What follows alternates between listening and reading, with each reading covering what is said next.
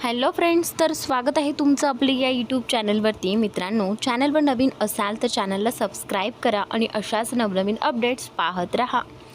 इशिता ते पाहू लागली, पण तेवढ्यात राघव शरारती हसत तिच्याकडे पाहत म्हणाला, तू माझी तक्रार करणार? ती पण थेट प्रिन्सिपलकडे. तुला माहीत तरी आहे का, ज्याच्याकडे तू माझी तक्रार करणार आहेस तो प्रिन्सिपल माझा वडील आहे. इथे जेवढे लोक हे सगळं पाहत होते ना, ते सगळे प्रिन्सिपलकडे माझ्या बाजूनेच साक्ष देतील. असं नको होऊ देत की तक्रार करायला तू जाशील आणि कॉलेजमधून बाहेर फेकली जाशील. मी तुला शेवटचं सांगतोय, जर तुला इथून जायचं असेल तर सगळ्यांसमोर मला किस कर, नाहीतर मी तुला जाऊ देणार नाही. राघवचं हे बोलणं ऐकून इशिताचा राग आता फारच अनावर झाला. आधीच तो वारंवार तिला किस करण्यासाठी त्रास देत होता. हे पाहून इशिता थेट त्याच्या जवळ गेली आणि काहीही न बोलता त्याच्या गालावर एक जोरदार चापट लगावली. एक चापट एवढी जबरदस्त होती की आजूबाजूचे सगळे लोक स्तब्ध झाले. कोणालाच विश्वास बसत नव्हता की कोणीतरी मुलगी राघवला चापट मारेल. आजवर कुणाचीच अशी हिंमत झाली नव्हती, पण इशिता पहिली मुलगी होती जिने राघववर हात उचलला. काही जण तर हे पाहून हसायला लागले, तर काही जण मनोमन इशितासाठी प्रार्थना करू लागले. तेवढ्यात अनया हे सगळं बघत होती. जेव्हा तिने पाहिलं की इशिताने राघवला चापट मारली, तेव्हा ती पटकन तिच्या जवळ येऊन तिचा हात धरत म्हणाली, चल इशिता, अशा लोकांशी वाद घालण्यात काहीच अर्थ नाही, नाहीतर आपलाच वेळ वाया जाईल. आपल्याकडे अशा लोकांना उत्तर द्यायला वेळ नाही. असं म्हणत अनाया रागाने राघव आणि त्याच्या सगळ्या ग्रुपकडे बघत इशितासोबत तिथून निघून गेली. दोघेही आता त्या ठिकाणाहून दूर निघून गेल्या होत्या. पण तेवढ्यात अनिका ही सगळं पाहत होती. जेव्हा तिने पाहिलं की राघव गालावर हात ठेवून उभा आहे, तेव्हा ती पटकन त्याच्या जवळ आली आणि म्हणाली, राघव, तू ठीक आहेस ना? त्या मुलीने काहीही केलं नाही. मी तिला सोडणार नाही. थांब, मी तिला धडा शिकवते. अनिका असं म्हणत पुढे जायला लागली, पण राघवने तिचा हात पकडून थांबवत म्हटलं, नाही, तिला धडा शिकवण्याचं काम माझं आहे. तिने मला सगळ्यांसमोर थप्पड मारली. आता मी तिची इज्जत काढली नाही तर माझं नावही राघव नाही. असं म्हणत राघव रागातच तिथून निघून गेला आणि अनिका त्याच्या मागोमाग गेली. इकडे अनाया आणि इशिता क्लासरूममध्ये पोहोचल्या होत्या. लेक्चर सुरू झालं होतं, त्यामुळे दोघीही पटकन जाऊन आपापल्या जागेवर बसल्या. जरी त्या आत येताना सगळ्यांचे लक्ष त्यांच्याकडे गेलं होतं, तरी लेक्चर सुरू असल्याने कोणी बोलू शकत नव्हतं. बसल्यावर इशिता थोडी घाबरतच अनयाकडे पाहत म्हणाली, मला खूप टेन्शन आले. कुठे मी काही चुकी तर नाही केली ना त्याला मारून? हे ऐकताच अनयाचा चेहरा वाकडा करत म्हणाली, तू अगदी बरोबर केले. मी असते ना तुझ्या जागी तर त्याचा जीवच घेतला असता. त्याची हिंमत तरी कशी झाली तुझ्याकडे अशा प्रकारे मागणी करण्याची? मी तर त्याला अजिबात सोडणार नाही. असं म्हणत अनया इशिताकडे बघू लागली. तेवढ्यात तिचं लक्ष क्लासरूमच्या दाराकडे गेलं. तिथे राघव आणि अनिका आत येताना दिसले. हे पाहून अनया थोडी आश्चर्यचकित होत म्हणाली, हे दोघं आपले क्लासमेट्स आहेत, मग हे सिनियर असल्याचं का सांगत होते? अनयाचं बोलणं ऐकून इशिताही त्यांच्याकडे पाहू लागली. राघव आत येताना थेट इशिताकडे पाहत होता. त्याच्या नजरेत स्पष्ट राग होता आणि त्याने आपली मूठ घट्ट केली. हे पाहून अनिकाने त्याचा हात पकडला आणि म्हणाली, तू जे करायला आलायस ना तेच कर.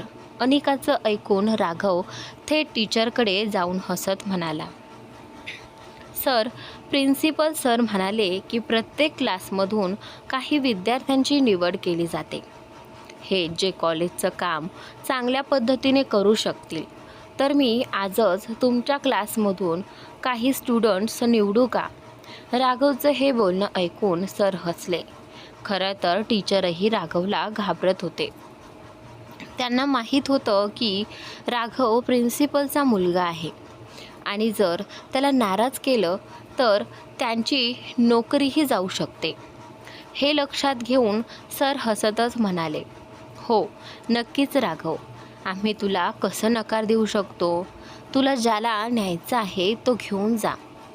हे ऐकताच राघवची नजर थेट इशिता आणि अनयावर गेली. अनया थोडी घाबरलेली होती, पण इशिता निडरपणे राघवच्या नजरेला नजर देत होती. तिच्या चेहऱ्यावर जराही भीती नव्हती, पण तिला आतून जाणवत होतं की राघव तिचंच नाव घेणार आहे. आणि तसंच झालं. काही विद्यार्थ्यांची निवड केल्यानंतर राघवने थेट इशिताचं नाव घेतलं. हे पाहून अनया हैराण झाली, कारण राघवने फक्त इशिताचं नाव घेतलं होतं, तिचं नव्हे. म्हणूनच तिने इशिताचा हात धरत म्हणाली, नाही इशिता, तू नाही जाणार. मी सरांशी बोलते, तुला मी एकटीला जाऊ देणार नाही. अनयाचं हे बोलणं ऐकून इशिता तिच्याकडे पाहू लागली. तेवढ्यात अनया उठून सरांकडे बघत म्हणाली, सर, मी आणि माझी मैत्रीण आज कॉलेजमध्ये नवीन ॲडमिशन घेतलं आहे आणि पहिल्याच दिवशी तुम्ही आम्हाला काम देणार आहात का? मी कॉलेजचे नियम आणि अटी वाचले आहेत आणि त्यात स्पष्ट सांगितलं आहे की नवीन ॲडमिशन घेतलेल्यांना 1 महिना कोणतंही काम दिलं जात नाही. त्यांना आधी कॉलेजचं वातावरण समजून घेण्याची संधी दिली जाते. अनयाच्या बोलण्यानंतर शिक्षक राघवकडे पाहू लागले. त्यांना माहिती होतं की अनया जे काही म्हणाली ते अगदी खरं होतं, पण राघवसमोर त्यांना काहीच बोलता येत नव्हतं. हे बघून इशिता अनयाकडे वळून म्हणाली, तू माझी चिंता करू नकोस. मला जे काम दिलं जाईल ते मी मन लावून करेन आणि तू इथे शांतपणे अभ्यास कर. मी माझा अभ्यास नंतर सुरू करीन. असं म्हणून इशिता तिथून निघाली आणि राघवजवळ आली. राघवने पाहिलं की इशिता त्यांचं एक शब्द ऐकून थेट त्याच्याकडे आली. तेव्हा तो तिच्या चेहऱ्याजवळ येऊन थोडासा वाकडा हसत म्हणाला, जर तू हेच काम त्या दिवशी केलं असतंस तर कदाचित मी तुला माफ केलं असतं, पण तू मला थप्पड मारलीस आणि ते अगदी चुकीचं होतं. आता बघच, मी तुझं आयुष्य उद्ध्वस्त करतो. त्याचं बोलणं ऐकून इशिता फक्त त्याच्याकडे बघत राहिली. तेव्हाच अनिका राघवकडे पाहत म्हणाली, चल राघव, आपल्याला यांना कामही सांगायचे, नाहीतर इतर विद्यार्थी मागे पडतील. हे तुला माहीतच आहे. अनिकाचं बोलणं ऐकून राघवने एक नजर इशिताकडे टाकली आणि निघून गेला. तेव्हा अनिकाने सर्व विद्यार्थ्यांकडे बघत सांगितलं, तुम्ही सगळे आमच्या मागे या. असं म्हणून अनिका निघून गेली आणि इशिता देखील इतर विद्यार्थ्यांसोबत तिच्या मागे निघाली. पण तिथून निघण्याआधी तिने एक बार मागे वळून अनयाकडे पाहिलं. अनयाच्या चेहऱ्यावर भीती दिसत होती. इशिताने हलकंसं डोळं झपकावत तिला धीर दिला. हे बघून अनया शांत झाली आणि थोडंसं हसली. तिला हसताना पाहून इशिताही हसत पुढे निघून गेली. शिक्षक अनयाकडे बघत हसत म्हणाले, माफ कर, मला माहीत आहे की तू जे काही बोललीस ते अगदी खरं आहे. कॉलेजच्या नियमानुसार नवीन विद्यार्थ्यांकडून 1 महिन्यापर्यंत कुठलंच काम केलं जात नाही. पण राघवही या कॉलेजच्या प्रिन्सिपलचा मुलगा आहे, त्यामुळे त्याला थेट काहीही सांगणं आपल्याला शक्य होत नाही. जर तो अभ्यासात कमकुवत असता तर कदाचित आम्ही प्रिन्सिपलकडे तक्रार केली असती. पण तो अभ्यासात खूप हुशार आहे, थोडा रागीट आहे, पण तो कधीही चुकीचं काही करणार नाही. तू काळजी करू नकोस, तुझी मैत्रीण योग्य वेळी तुझ्या जवळ परत येईल. तू सध्या फक्त तुझ्या अभ्यासावर लक्ष दे. असं सांगून शिक्षकांनी परत आपला लेक्चर सुरू केला. शिक्षकांचं बोलणं ऐकून अनयाचं मन काही अभ्यासात लागत नव्हतं. तिचं लक्ष पुन्हा इशिताकडे जात होतं. कुठेतरी तिच्या मनात भीती होती की राघव इशितासोबत काही वाईट वागणार नाही ना. कारण त्याच्या चेहऱ्यावर स्पष्टपणे राग दिसत होता. जेव्हा इशिताने राघवला थप्पड मारली होती तेव्हाच अनयाला कळलं होतं की जर त्या दोघी तिथे थांबल्या असत्या तर मोठा तमाशा झाला असता. थोड्या वेळाने लेक्चर संपल्यावर अनया पटकन क्लासरूमच्या बाहेर आली आणि इशिताला शोधू लागली. तिला अजिबात कल्पना नव्हती की इशिता कुठे आहे, त्यामुळे ती इतर विद्यार्थ्यांकडून विचारू लागली. तेवढ्यात एका मुलीने तिला सांगितलं की इशिता लायब्ररीत आहे आणि राघवने दिलेलं काम ती करत आहे. हे ऐकताच अनया तडक लायब्ररीकडे धावली. ती तिथे पोहोचली तेव्हा तिने पाहिलं की इशिता टेबलवर ठेवलेल्या सगळ्या पुस्तकांना नीट लावत होती. हे बघून अनयाला खूप राग आला, विशेषतः राघववर, कारण त्याने इशिताला नोकरासारखं वागवलं होतं. इशिता अशा प्रकारे काम करताना पाहून अनयाला खूप वाईट वाटलं. ती तडक तिच्याकडे गेली आणि तिला घट्ट मिठी मारली. इशिताजी शांतपणे पुस्तकं लावत होती. तिने अचानक अनयाला समोर पाहिलं आणि तिच्या चेहऱ्यावर हसू उमटलं. तिने पुस्तकं टेबलावर ठेवून अनयाला मिठी मारली. थोड्या वेळाने अनया तिच्यापासून थोडी लांब झाली आणि रागाने म्हणाली, तुला नकार द्यायला पाहिजे होतं ना, तू हे असं काम का करतेस? यावर इशिता हसून म्हणाली, एकदा का काम मिळालं की ते करायलाच हवं. मी नकार दिला असता तर त्याला मला त्रास देण्यासाठी अजून एक कारण मिळालं असतं. आणि मी नाही चाहते की माझ्यामुळे पुन्हा काही वाद होऊ द्यावा. तुला माहितीच आहे मागच्या कॉलेजमध्ये माझी किती बदनामी झाली होती आणि कबीरजींनीच आपल्याला इथे शिकायला पाठवले. जर आपण या सगळ्यात अडकून पडलो तर आपला अभ्यास बुडेल. आता काम संपलंय, आपण घरी जाऊया. काळजी करू नकोस, मी अगदी ठीक आहे. आणि हो, इथे बऱ्याच मुली काम करत होत्या. सगळ्यांनी मिळून काम केलं, त्यामुळे काही त्रास झाला नाही. इशिताचं बोलणं ऐकून अनयाचं लक्ष लायब्ररीत फिरलं. अजूनही काही मुली काम करत होत्या. हे पाहून अनयाने खोल श्वास घेतला आणि म्हणाली, ठीक आहे, जर काम संपलंय तर आपण निघूया. मला प्रचंड भूक लागली आहे. लेक्चर ऐकता ऐकता डोकं सटकलंय. अनयाचं ऐकून इशिता हसली आणि तिचा हात धरून लायब्ररी बाहेर आली. त्या दोघी बाहेर आल्या तेव्हा त्यांच्यासमोरच राघव आणि अनिका उभे होते. राघवला पाहताच अनयाची नजर धारदार झाली. इशिता मात्र त्याच्याकडे नजर मिळवत शांत उभी होती. राघवनेही पाहिलं की इशिता त्याच्याकडे नजर रोखून पाहत आहे. तो रागाने तिच्या जवळ आला आणि दात खात म्हणाला, आज तर तू माझं दिलेलं काम केलंच, तेही सोपं होतं म्हणून. पण लक्षात ठेव, मी पुढच्या वेळेस तुला जे काम देईन ते तुला करावंच लागेल.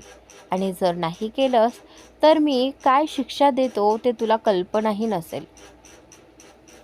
राघवचं हे बोलणं ऐकून इशिता म्हणाली, तू जे काम देशील ते मी मनापासून करेल आणि जर नाही जमलं तर स्पष्ट सांगून टाकेल. पण याचा अर्थ असा नाही की तू परत मला किंवा माझ्या मैत्रिणीला त्रास देशील. चूक तुझी होती म्हणून मी तुला थप्पड मारली. परत चूक केलीस तर पुन्हा थप्पड मारेन. इशिताचं बोलणं ऐकून बाजूला उभी अनिका संतापून तिच्या जवळ आली. पण राघवने तिचा हात पकडून थांबवत म्हणाला, नाही अनिका, अजून तुझी वेळ आली नाही. जेव्हा तुझी वेळ येईल तेव्हा तूही तिला धडा शिकव. पण आत्ताचा वेळ माझा आहे. तिनं मला सगळ्यांसमोर थप्पड मारली आणि लोक हसू लागले. तिला काय वाटतं मी हे इतकं सहज विसरेन? बघच इशिता, या कॉलेजमध्ये तू येऊन पश्चाताप करशील इतका की तुला स्वतःहून कॉलेज सोडावं लागेल. हे ऐकून इशिता त्याच्याकडे शांतपणे पाहत राहते. तेवढ्यात अनया राघवकडे पाहत म्हणते, कोण कधी पश्चाताप करेल हे वेळच ठरवेल. पण पुढच्या वेळेस जर माझ्या मैत्रिणीशी गैरवर्तन केलंस तर तुला काय केलं जाईल याची तुला कल्पनाही नसेल. हे बोलत अनया इशिताचा हात पकडून राघवच्या दिशेने रागाने तिथून निघून गेली. अनेकाने पाहिलं की राघव कसा इशिताकडे रागाने पाहत होता. तेव्हा तिने राघवचा हात पकडून चिडून विचारलं, हे काय आहे राघव? मी तुला बघते. तू त्या मुलीला इतक्या सहजपणे कसं जाऊ देऊ शकतोस? तू तो राघव नाहीस जो पहिल्याच दिवशी लोकांना धडा शिकवतो. तू तिला खूपच सौम्य शिक्षा दिलीस. तुला अशी शिक्षा द्यायला हवी होती की ती मुलगी पुन्हा असं काही करू शकली नसती आणि स्वतःहून तुझ्याकडे माफी मागायला आली असती. जर तू मला अडवलं नसतंस ना, तर मी चपराक तिच्या जागी तुला मारली असती. पण तू मला थांबवून काहीही चांगलं केलं नाही. अनिकाचं बोलणं ऐकून राघव हसत म्हणाला, मी सांगितलं ना की हे माझं वेळ आहे. सगळं मी हाताळेल. तुला काय आणि केव्हा करायचं ते मी सांगेन. असं म्हणत राघव तिथून निघून गेला. दुसरीकडे कॉलेजवरून परतल्यानंतर इशिता आपल्या खोलीत बाल्कनीत गेली होती. ती बाल्कनीत उभी राहून कॉलेजमध्ये जे काही घडलं त्याचाच विचार करत होती. राघवला थप्पड मारणं हे आठवून तिला थोडंसं वाईटही वाटत होतं. पण त्याच्या वागण्याची आठवण आली की तिचा रागही यायचा. संध्याकाळ झाली होती हे लक्षात आल्यावर इशिताने एक दीर्घ श्वास घेतला. ती मागे वळून आत जाण्यास निघाली. इतक्यात तिला कबीर रागाने तिच्याकडे येताना दिसला. त्याचा चेहरा पाहून इशिता काही क्षण स्तब्ध झाली. कबीर अगदी तिच्या पुढे येऊन उभा राहिला. त्याच्या चेहऱ्यावर प्रचंड राग होता, इतका की क्षणभर इशितालाही भीती वाटली. त्याने रागाने तिच्याकडे पाहिलं आणि तिचा हात पकडून तिला खोलीबाहेर घेऊन जाऊ लागला. कबीरने अशा प्रकारे तिला ओढत नेताना बघून इशिता चकित होऊन म्हणाली, तुम्ही मला कुठे घेऊन चालला आहात? इतके रागावलेले का आहात? मी काय केलं आहे? पण कबीरने तिचं काहीही ऐकून न घेता तिला थेट हॉलमध्ये नेलं आणि तिथे तिला सोडून दिलं. त्यावेळी हॉलमध्ये घरातील सगळे लोक उपस्थित होते. जानकी खन्ना आणि जान्हवी खन्ना हे दोघं बघत होते की कबीर कसा इशितावर रागाने पाहतोय. त्यामुळे त्यांनी एकमेकांकडे पाहिलं. त्यानंतर जानकी खन्ना कबीरला विचारते, काय झालं रे कबीर? तू इशिताला अशा प्रकारे का आणलं आहेस? कबीर आपल्या आजीच्या बोलण्यावर चिडून म्हणाला, तुम्ही विचारा हिला का आणलंय तिला इथे? आणि त्यानंतर हे ऐकून जान्हवी खन्ना इशिताकडे पाहू लागली. तिच्या डोळ्यात पाणी होतं. ती रडत होती. जान्हवी तिच्या जवळ येऊन प्रेमाने विचारते, काय झालं बेटा? तू रडतेस का? कबीर तुला अशा रागाने का घेऊन आला आहे? त्यावर इशिता भरलेल्या आवाजात म्हणाली, मला काहीच माहिती नाही मम्मी. मी स्वतः त्यांना विचारते की मी असं काय केलं आहे. आणि त्यानंतर हे ऐकून जान्हवी खन्ना कबीरकडे पाहत म्हणाली, कबीर आता तू सांग, शेवटी तू इशिताला इथे अशा रागात का घेऊन आलास? आम्हाला माहीत आहे तुला इशिता आवडत नाही, पण याचा अर्थ असा नाही की तू वारंवार तिला दुखवायचा प्रयत्न करशील. तू बहुधा विसरलास की ही तुझी बायको आहे. आणि त्यानंतर हे ऐकून कबीर अजूनच चिडून म्हणाला, बायको आहे म्हणून काय?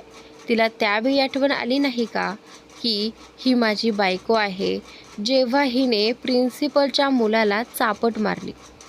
तिला तेव्हा आठवलं नाही का की ती माझी बायको आहे जेव्हा तिने कॉलेजमध्ये तमाशा केला? आई, मी तुम्हाला आधीच सांगितलं होतं ना की अनयाचं ॲडमिशन करून द्या, पण हिला कॉलेजमध्ये घेऊच नका. ही जिथे जाते तिथे गोंधळ घालते. जर हिच्यामुळे माझ्या बहिणीला काही झालं तर मी विसरून जाईन की ही माझी बायको आहे. तुम्हीच विचार करा हिच्याकडून की तिनं राघवला का मारलं. मी स्पष्ट सांगितलं होतं ना की काहीही उलटसुलट वागायचं नाही. फक्त अभ्यास करायचा. मग तिनं तिथं जाऊन तमाशा का केला? हे ऐकून जान्हवी आणि जानकी खन्ना दोघीही थक्क झाल्या. तितक्यात मयंकही आला. त्यालाही विश्वासच बसला नाही की त्याच्या वहिनीने प्रिन्सिपलच्या मुलाला चापट मारली आहे. मयंक राघवला चांगलंच ओळखत होता. त्यामुळे हे ऐकून तो हादरला. तो इशिताजवळ येऊन म्हणाला, हे मी काय ऐकत आहे वहिनी? तुम्ही राघवला मारलं? त्या राघवला ज्याच्यामुळं सगळं कॉलेज घाबरतं?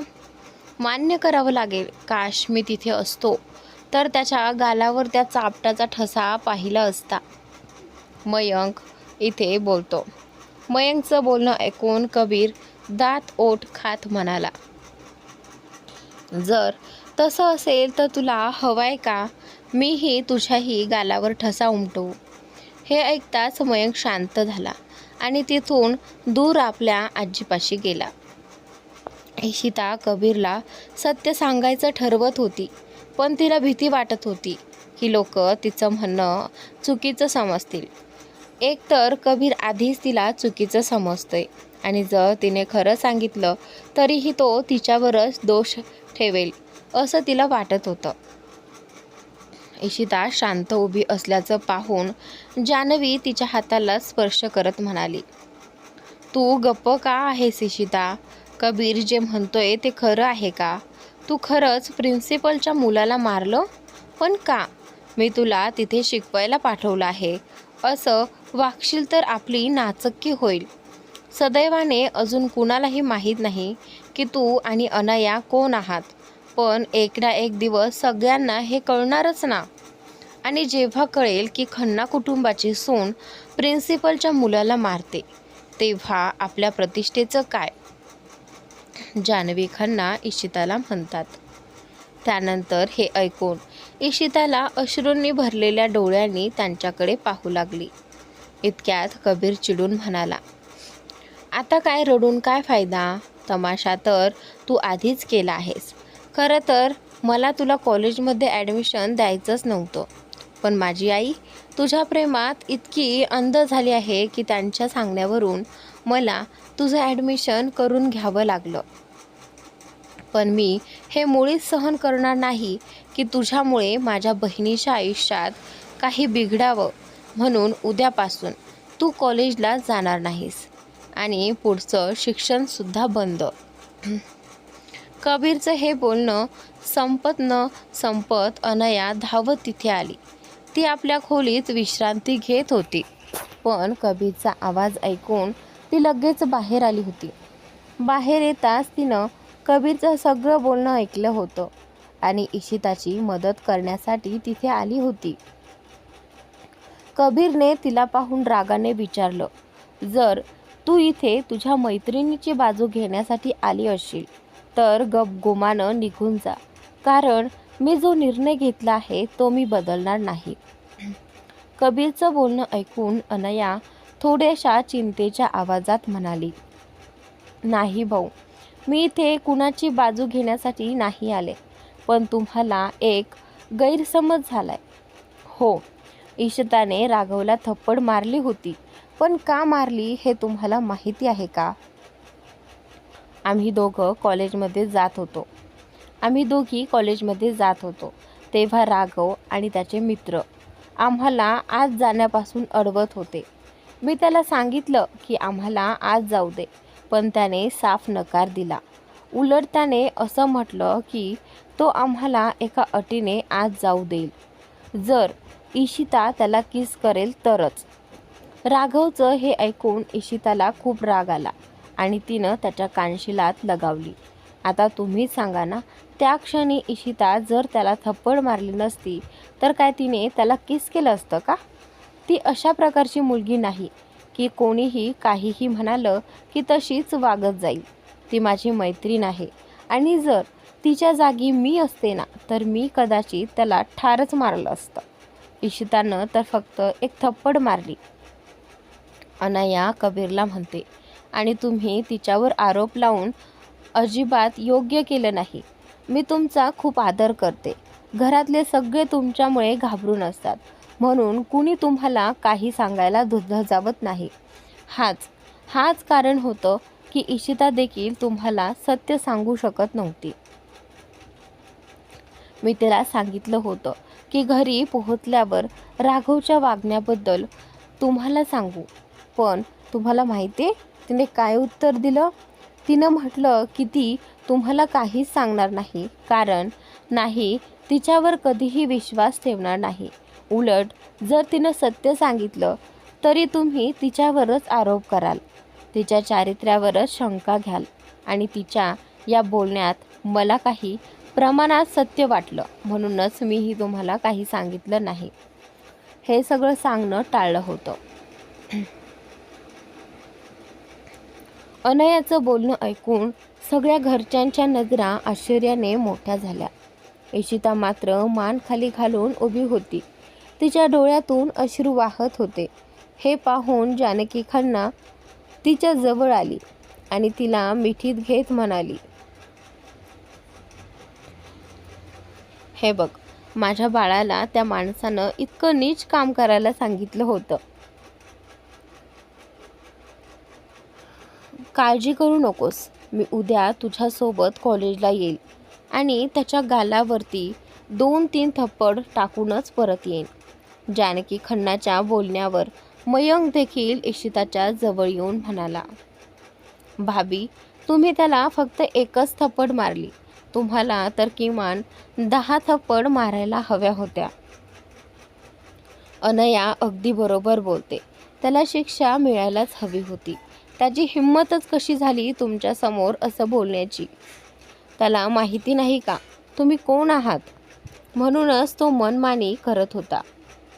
मयंकचं बोलणं ऐकून जान्हवी खन्ना कबीरकडे पाहू लागली, जो अजूनही इशिताकडेच पाहत होता.